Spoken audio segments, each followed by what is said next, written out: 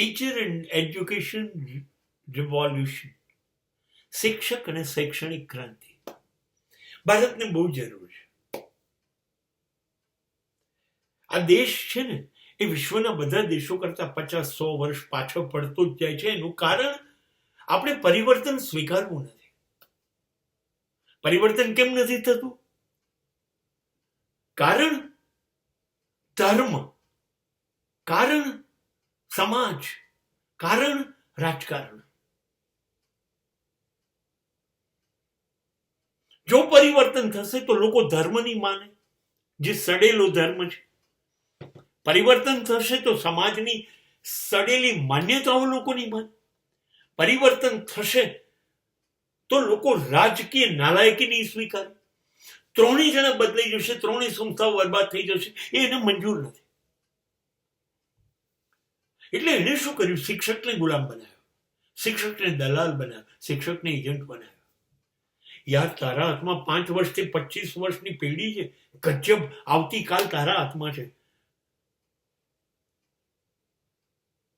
અને શિક્ષકને ગુલામ બનાવ્યો. અમે કહીએ ધર્મ કે સમાજ કે રાજકારણ કે એ પ્રમાણે કર.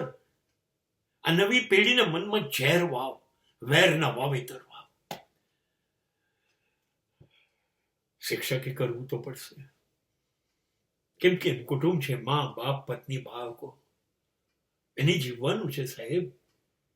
એટલે બિચારો જીવન માટે કરશે. બધું ખોટું શીખવાડશે. એ સ્પર્ધા શીખવાડશે, એ સરખામણી શીખવાડશે, એ અભિમાન શીખવાડશે, એ નફરત ફેલાવશે, એ ઈર્ષા શીખવાડશે. શિક્ષણની જવાબદારી હતી પ્રેમ, એ ચૂકી જશે. સહકાર ચૂકી જશે, સમાનતા ચૂકી જશે.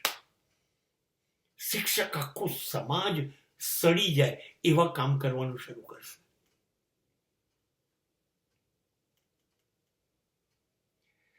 શિક્ષક ધારે તો ભારતને વિશ્વ ગુરુ નહીં, વિશ્વ શ્રેષ્ઠ બનાવી શકે એમ શક્યતા નથી.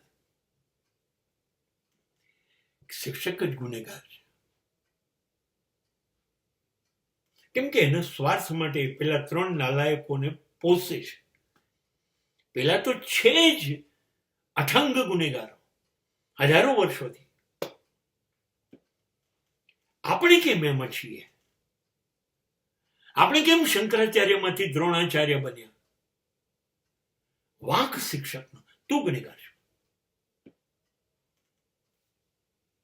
ઓછી મહેનત ઝડપથી સફળ થઈ જાવ, કોણ શીખવાડે છે? શિક્ષક. એકબીજાને પછાડો, તું આગળ જા, કોણ શીખવાડે છે? શિક્ષક. પરીક્ષામાં ચોરીઓ કોણે શીખવાડી? શિક્ષક. પેપર ફોડતા કોણે શીખવાડ્યું? શિક્ષક. સમાજને બરબાદ તો તે કર્યું. આ વિદ્યાર્થીઓ એટલા તાકાતવાળા છે કે તેને શીખવાડ્યું હોત, વર્ક હાર્ડ બેટા, 18 કલાક કામ કરો, ગીવ યોર 100%. પાગલ બનીને કામ કરો બેટા, પુષ્કળ મહેનત કરો. Not only hard work, but you go for a smart work. ઓછી મહેનત નહીં, સરસ શ્રેષ્ઠ ક્વોલિટી વર્ક કરો બેટા. આ તમે એને શીખવાડી શકતા હતા, તમે એને કહી શકતા હતા કે you go for a new thing, don't follow the system. જરી પુરાણી વાતો છોડ બેટા, કંઈક નવું કર, નવી રીતે વિચાર, નવી રીતે લખ, નવું કંઈક સર્જન કર. કોઈ પણ ક્ષેત્રમાં. હું એકલા વિદ્યાની વાત નથી કરતો, એજ્યુકેશનની નહીં. એને કોઈ પણ ક્ષેત્રમાં નવું કરવાનું કહો. એને કહો યાર, you just go for experiment. નવા નવા પ્રયોગો કર બેટા. એ જૂની સિસ્ટમો તોડ, કશુંક નવું કર. એ રમત હોય, સંગીત હોય, નૃત્ય હોય, અભિનય હોય, કંઈ પણ નવું કર. You must have your own way. નવું કર. And for that you work hard. and do it smartly.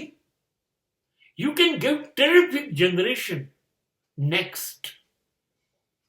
અને નવી પેઢી technically master, mechanically master, medically, everywhere they will be master if they will go for experiment. હાપડો ને કર બેટા, કાગળનું વિમાન ના ઉડાડ બેટા, સ્પેસમાં જા. You can give him કે તું કશુંક નવું કર બે, નવું કરીશ તો દુનિયા તારી પાછળ પડશે, કેમ કે તારા સિવાય કોઈએ કર્યું નહીં હોય. And this is a way to be stand as a number one. And this will create India new. And tell him, nation first. Teach him with work, with duties, with responsibility, with love, with cooperation. Do all these things as a smart work. Look to the family first. Then look to the nation first. કોણ આપશે આ બધું? એક શિક્ષકને આપે છે. So, you can change the entire country, the entire tempo of generation next. But who can do this? I must respect all those teachers. For that we were singing Guru Sakshat Parabrahma Tasmai Shri Guruve Namah.